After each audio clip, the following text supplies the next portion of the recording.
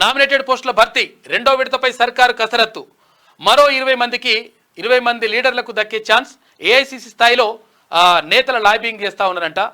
అయితే ఇక్కడ మరో అయితే నామినేటెడ్ పోస్టులకు సంబంధించి 37 నామినేటెడ్ పోస్టులని నింపాలని చెప్పేసి రాష్ట్ర ప్రభుత్వం భావిస్తూ ఉంది. అందులో భాగంగా మరి చాలామంది కూడా ఆశావాహులు వస్తూ ఉన్నారు, వచ్చి కలుస్తున్నారంట. మరి చూడాలి ఎవరికి దక్కుతుందో. లోక్సభ ఎన్నికలు ముగియడంతో తెలంగాణలో మరోసారి నామినేటెడ్ పదవులపై చర్చ జోరందుకుంది. వాస్తవానికి తెలంగాణలో 10 ఏళ్ల తర్వాత కాంగ్రెస్ పార్టీ అధికారంలోకి వచ్చింది.